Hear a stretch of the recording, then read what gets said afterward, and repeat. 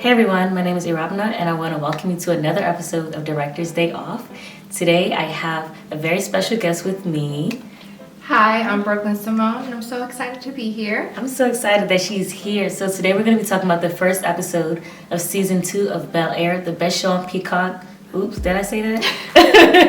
So we're going to be talking about Bel-Air and I can't wait for us to get into it. We're going to be giving our opinions. We're going to recap and just tell you everything that we thought about the show and everything we've learned from the show. So in the premiere of season 2, everyone is navigating the decisions that left them reeling with unforeseen consequences. We watched as each member of the family handled Will's absence. Episode 1 picked up 2 weeks after the events from the season 1 finale, and Will's continued habits of hasty decision-making and inflated ego created blind spots that may eventually cost him and his family and his own dreams. So what did you think about episode 1? Overall, chef's kiss. It was a really great season 1 episode. It really made me excited for the rest of the season, and I think the storyline, the overarching storyline was really good. And I'm really excited for Hillary's storyline. I'm kind of nervous for Will because, you know, when the main character is just committed to kind of messing up their own future in life, like, it's like, what are you going to do? What about you? So this episode, like, I really liked season 1. Like, I really liked it, but I love season 2. Like, I love the direction. I love the cinematography. Like, the editing is OC. And I think I'm most excited about Will. Will's my favorite character. Oh, okay. Will's my favorite. I like him even as an actress. Like, I like Jabari. It's his first breakout role, and he's super talented. So I'm really excited to see what Will is going to do. What I loved about this episode is how when it first started off, we thought Will was dealing drugs. And he was playing it off really well. Like, he was had the wad of cash, and he was just dishing out money to people, and it was like, I feel like it looked a little hot, but yeah. Yeah, no, actually, that's something I was like, what is wrong with you? Yeah. So I think what I really appreciate about it is because once we got past the theme song, the opening sequence, then we found out he was just balling, he was just doing street ball. Yeah. So but that was for some cash. Yeah, for some cash. So that's what I really liked about it, because they really kept us in suspense with that. Something too, since you mentioned cinematography, what I think is really great is in terms of the writing is for the era and the time that this is taking place. I think they do a really great job of making sure the lingo and everything makes sense, not only for the characters but for the time. Yeah. You know, they're not saying stuff that just doesn't make sense. And I think also just kind of the content creator portion of it is not corny. I think it's well done. So that's what I would say to it too. But I feel like maybe the Will part when he was at school and kind of what's the girl's name? I forgot. Yasmin. That he was seeing? Yes, or Lisa. Lisa. Mm-hmm. Yeah.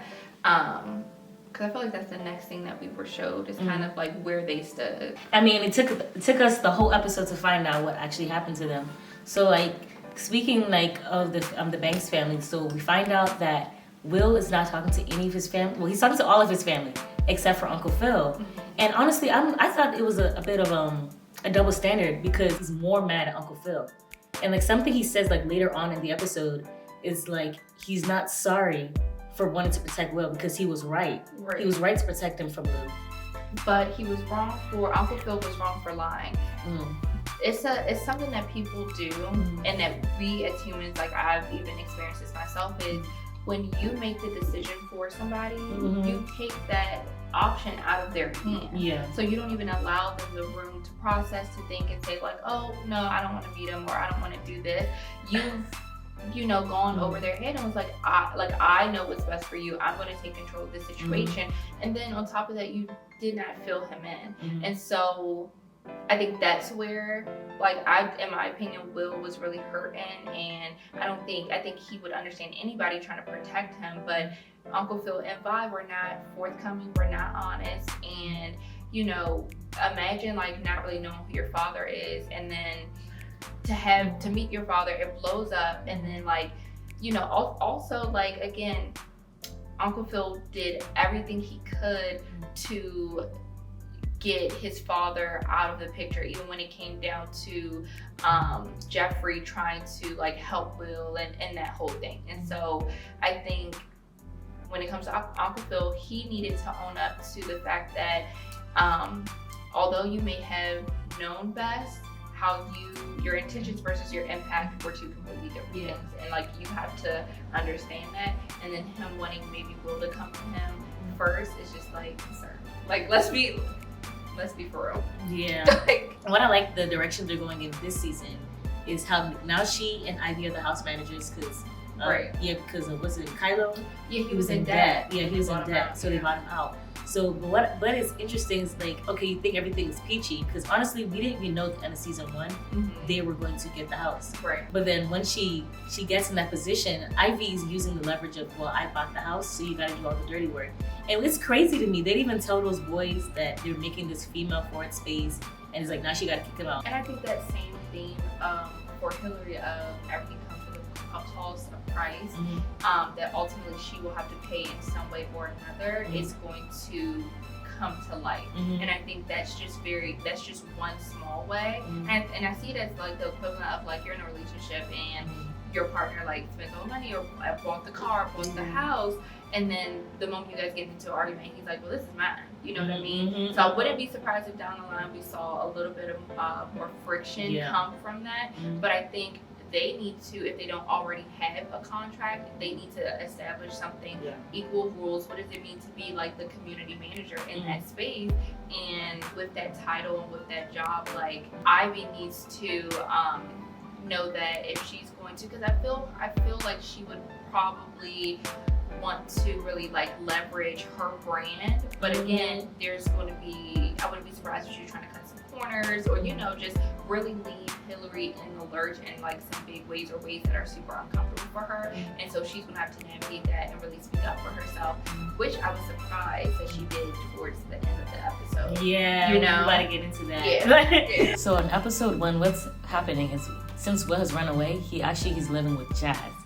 And Jazz doesn't even want him there. He's overstayed his welcome. Yeah, he's overstayed his welcome. Like he doesn't, like he cannot read the room. Like Jazz is trying to do his thing and he's just making noise, making a mess. Like he's dirty. He's dirtying up the place. I mean, it's facts. Like he's dirtying up the place. Let's talk about what's the age gap between their friendship. So Will is like 17. Right. And then Jazz is like in his mid-20s. Yeah, so that's, I mean, interesting within itself too. Yeah, that's a big grow. Yeah, which is cool that Will has that. But I say that to say like Will's habits living within the living space are to be expected. Yeah. Boys are definitely messy. Yes. I mean, so he's like, there's some things he has not learned about life yet. And like Jazz is like trying to teach him. And that's a good point to make because when it's not impacting Will, he's not faced with any consequences from it, then it's right over his head. Because that's what we're seeing, something as simple as cleaning up after yourself. It's going right over your head because you're not paying the rent, you're not the one whose space is being like impeded on. And I'm really glad that Jazz was able to talk to someone about his relationship with Hillary because he was, you know, like he wants to take it to the next level with her. And I mean, I like them. I like them together. They're cute. They're cute. So it's like he wants to take it to the next level with Hillary, and Hillary's like, no, let's just keep it on the low. Because I mean, technically, from season 2, it's been less than a month. Right. Because remember, we're picking up 2 weeks after the events, and so I can understand if I'm introducing somebody to my family, or typically when you take that next step, it's serious. You guys already have done the title thing, and now we're, you know, doing a more formal introduction because like I want you a part of my whole life.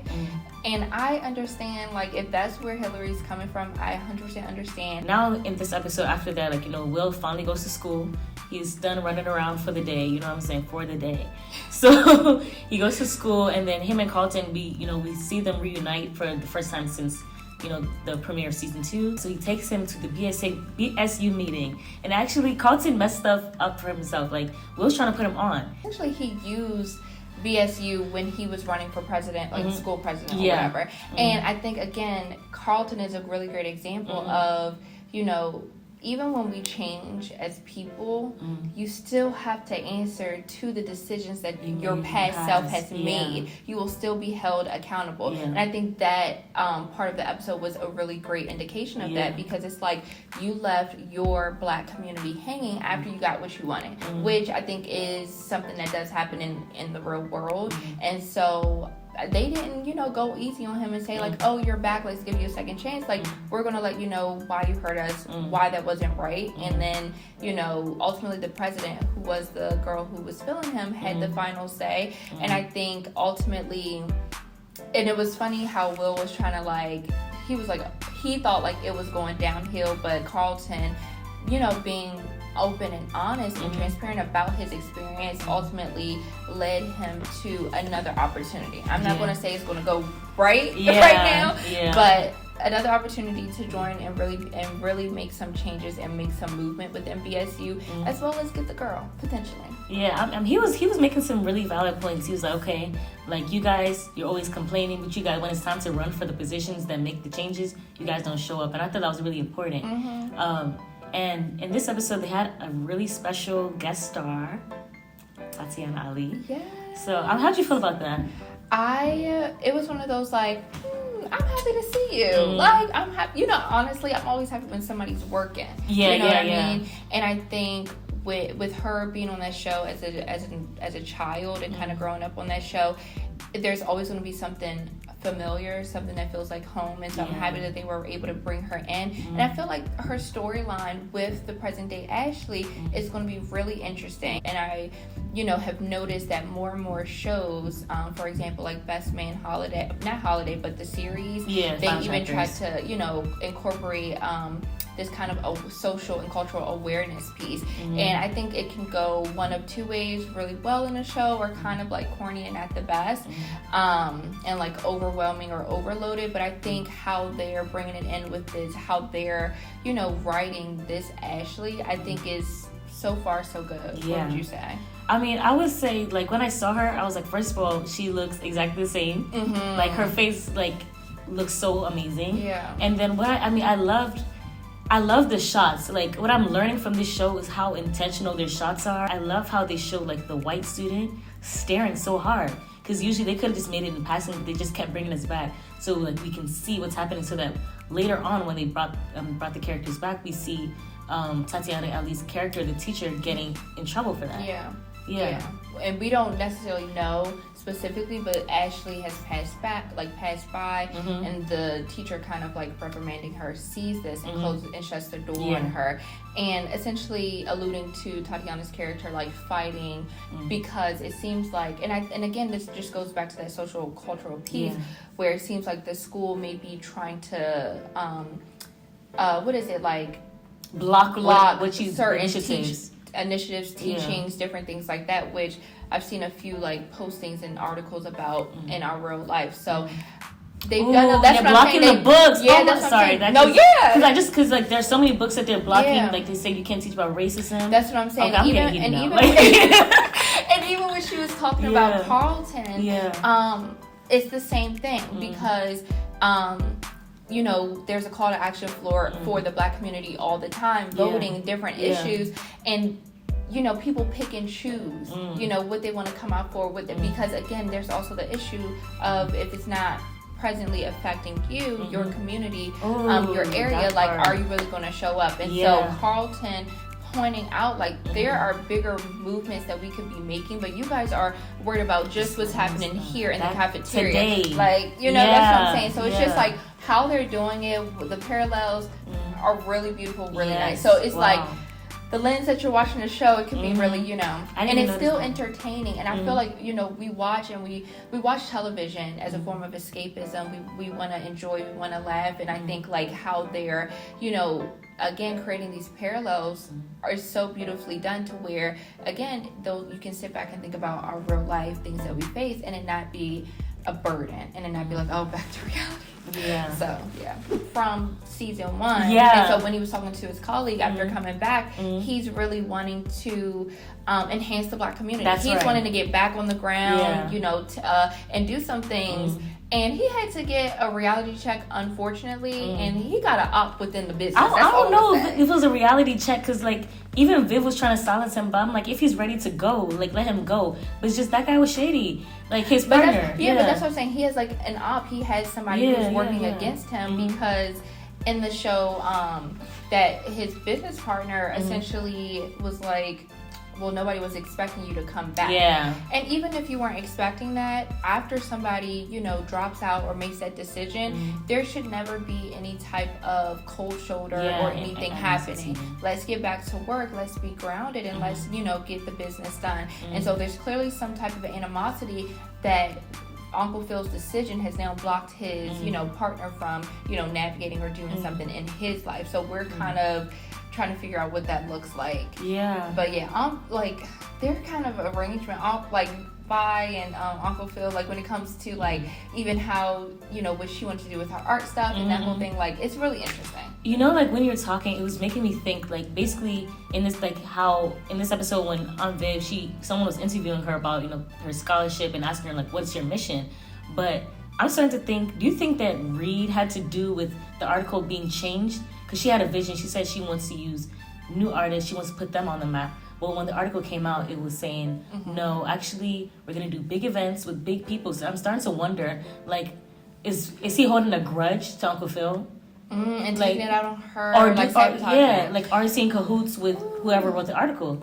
So. You know what? Honestly, we're gonna have to see. I'm ready. It can go so many different ways, and I didn't think about it that way. Yeah. And I think it's so interesting because she even did correct the journalist in saying, like, yeah, he has some big ideas, but, like, at the core, like, this is what I'm about. This is what I'm trying to do, and I knew that reporter was just going to try to do her dirty. Like, I didn't assume that. I assumed the best in her, actually. Because she kept on, I don't know. Like, I'm not going to trust a reporter because they be trying to have their own agenda. That's true. Like, they, you know, title sell, like, you know, what's going to, like, really grab and stuff like that. And again, and essentially, like, Reed, again, he could be trying to make himself look good. So it's like, I don't know what's going on just yet, but we're gonna get to the bottom of it. Because this is now you have me thinking, like, the wheels are turning. So Ashley has a party on a yacht. Which 13-year-old do you know who has a party on a yacht? They have that long money. But anyway, on that party, like, there was, like, so much going on. So we have Viv, like, expecting Uncle Phil to do the right thing, but he's so stubborn. Like, and I mean, he was stubborn even, like, early in the episode, like, when Jeffrey came to, like, basically tell him that, oh, Will's back to his bad habits. Like, he refused to acknowledge him.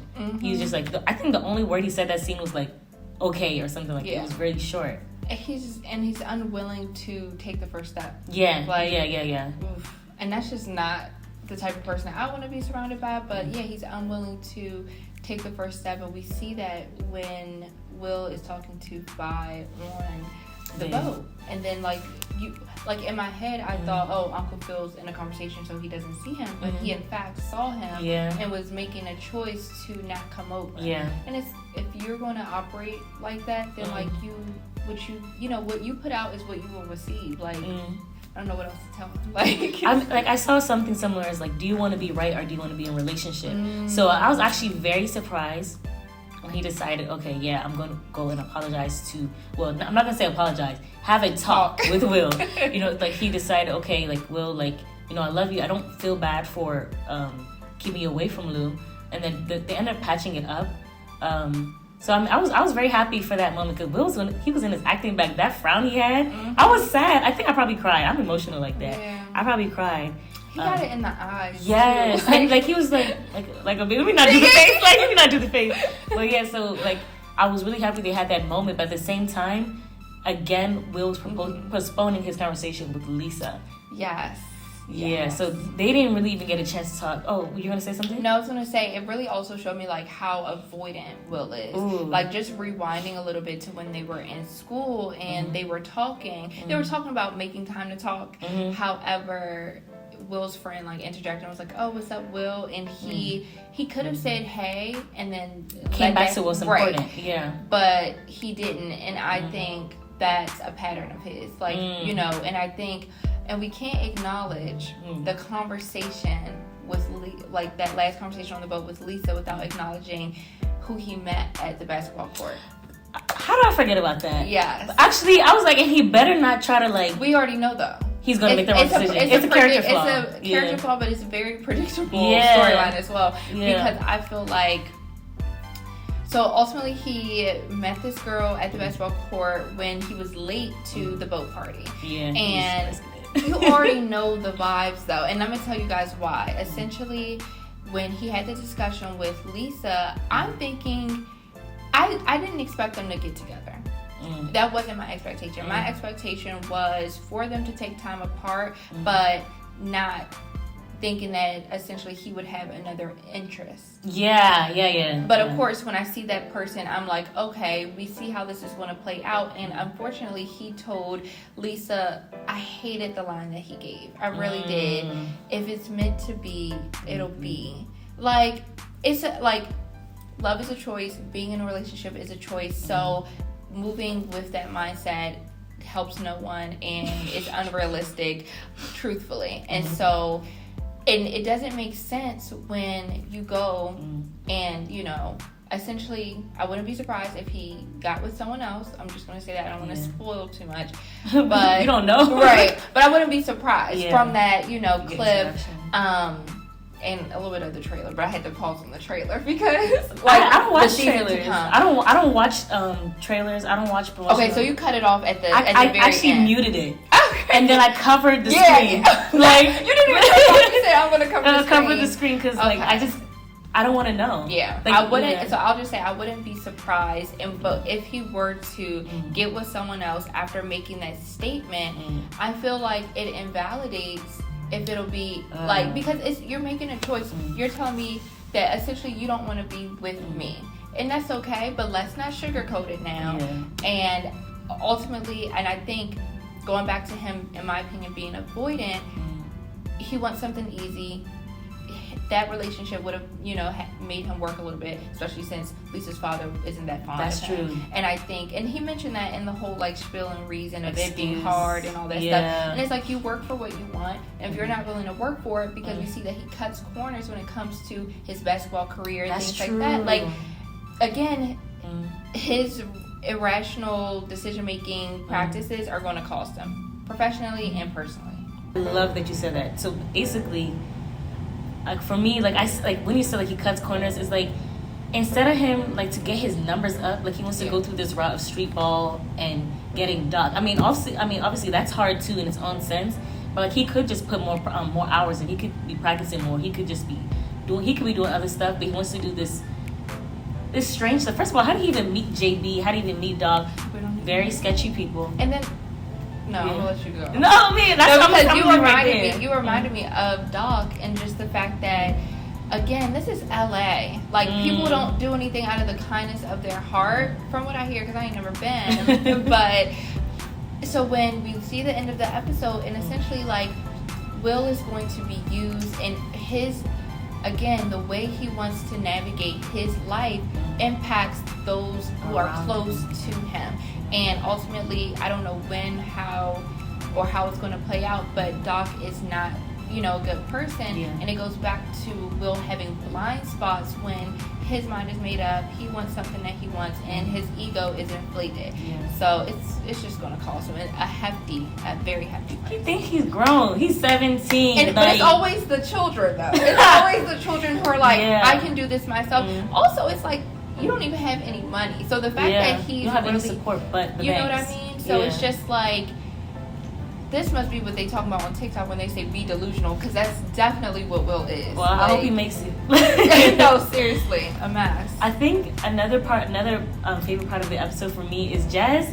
He meant it when he said he's gonna keep his options open, because on that yacht, he didn't need to be grinding all up on Ivy like that. Embarrassing. Yeah, I mean, then again, like I understood Hillary being jealous, but you turned him down in a sense. What you gotta say? No, because I feel like that's disrespectful, because don't play in my face. If you're gonna keep your options open when I'm not present, you do that. But I think keeping them open in my presence, no.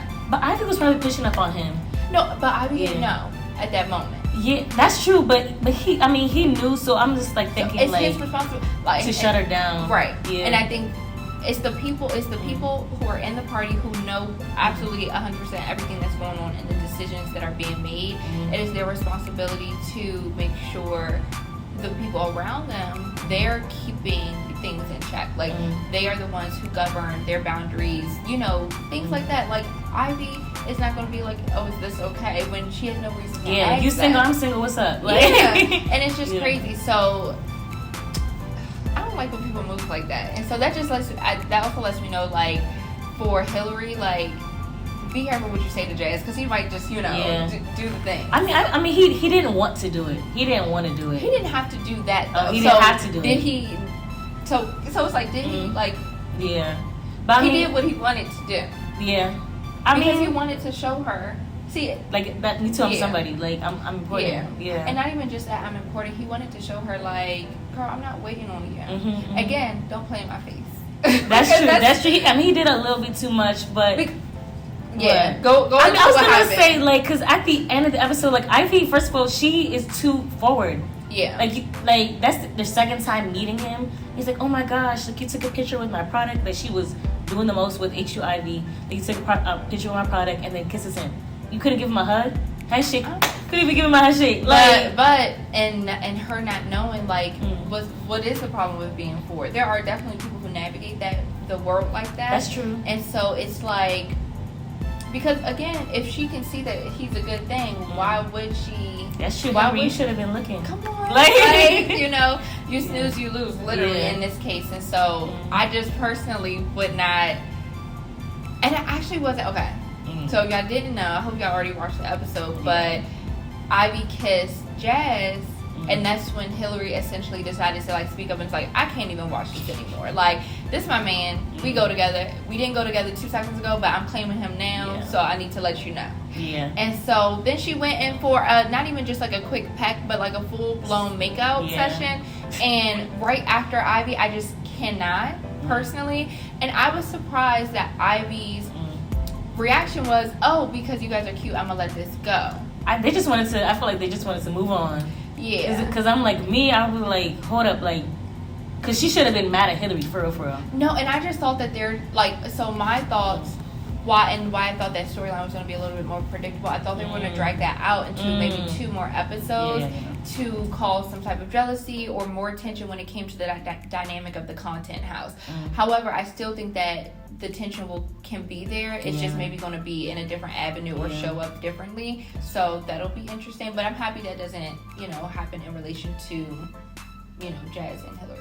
Yeah. Let them be happy. I need a couple to be happy on the show. I know somebody. Because Will didn't give her the forehead kiss and say, okay, I'll see you when I see you. But, I would have 2-piece them. That's my problem. But so we mentioned one guest star, but we did not even mention that Saweetie came to sing Ashley Happy Birthday. But my question is, where were they hiding her? I feel like she was in the back eating noodles or something. Like, it was very random. It was very random. Came out like... When Hillary said she had a surprise, I didn't think it was going to be Sweetie. Also, it's Sweetie singing Happy Birthday because she's a rapper. So it's like, okay. I don't know. I was curious where she came from, but anyway. So that's everything for episode 1. Before we go, I want to shout out this very talented, amazing writer, everything woman right next to me named Brooklyn. I need you guys to go and follow what she's up to. She's about to be up to a lot of things. I want you to talk a little bit more about the projects you have coming up. Okay, awesome. So, I appreciate that. So thank you so much. To keep up with some of my upcoming projects, feel free to follow me on my YouTube channel, brooklyn.simone. And it's essentially the same as my Instagram as well as TikTok. For TikTok, you're just going to add a number 8. So that's going to be brooklyn.simone8. And some things to look forward to. March 1st, I'm launching my cooking show. So watch, subscribe, join me to Eating Good. And then I have a few other projects. I make beauty and lifestyle content, so definitely join me there. And I always just post encouraging and thoughtful messages on my TikTok and my Instagram, so I would love to chat and connect with you all. Yes, please follow her. She is amazing. I'm extremely proud of her. I cannot wait to see this cooking show. Make sure you guys follow her, you subscribe, you get onto these recipes so you can be eating good this year. So episode 1, I knew Will coming back home, but we know that the drama is just ramping up because we see that Doc and JB are really sketchy people. So we're gonna see what that's all about. Thank you guys so much for tuning in and see you next week.